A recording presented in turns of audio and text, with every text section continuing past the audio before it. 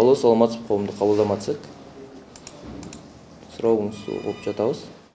Борбордук шайлоо комиссиясы кол борбор ачышты. Ал кызмат шайлоочулардын керектүү суроолоруна жооп берет. Алсак ошол эле шайлоо тилкесинен өзүн тактоо, добуш берүүдөгү эрежелери, референдумга байланыштуу кайрылууларга өз убагында реакция болот экен. Колл-центр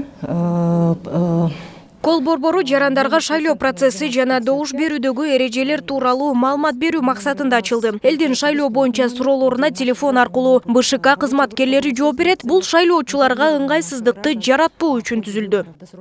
Шайлоочулар президенттик шайлоо жөнүндө кандайдыр бир түшүнүксүз суроолор жаралган учурда иш убактысын эске алуу менен 1255 кыска номерине чалса болот. Ар бир жаранга сылык сыпа жооп берүү үчүн конкурстан өткөн адистер жооп беришет. Алардын арасына майыптыгы барлар, аялдар жана жаштар дагы тартылган.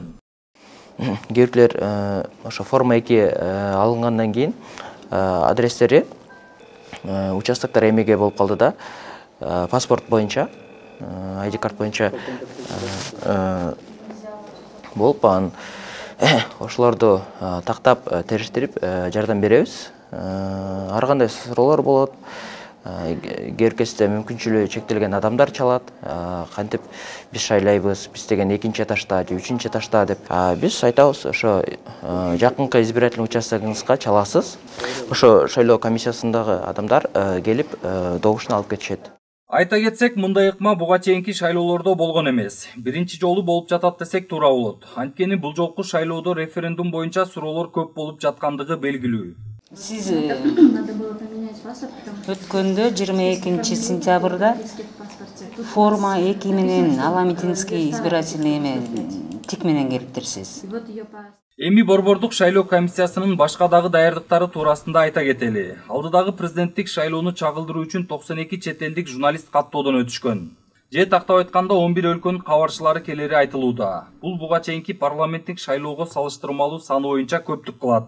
Бүгүнкү күнгө карата Тышкы иштер министрлигине 93 журналист аккредитациядан өткөн, 11 өлкөдөн. Азыркы учурда аларга аккредитациялар өткөн журналисттерге бейджиктер даярдалып атат. Жогорку кеңештин болуп өткөн шайлоосунда 4 октябрда президенттик жана референдумга салыштырмалуу журналисттер аз болчу, анткени ал учурда пандемия, коронавирустун пандемиясынын айынан, бирок азыркы учурда биздин бажы кызматы границаны ачкандыктын айынан журналисттердин бияка келиш үчүн да мүмкүнчүлүгү, шайлоо үчүн журналисттердин саны көбөйдү.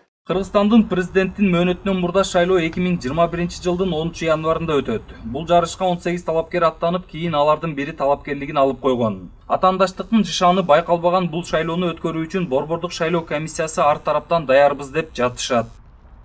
Жолдар Бузумов, Нурбек Жеңишбек уулу, Нур Ньюс, Бишкек.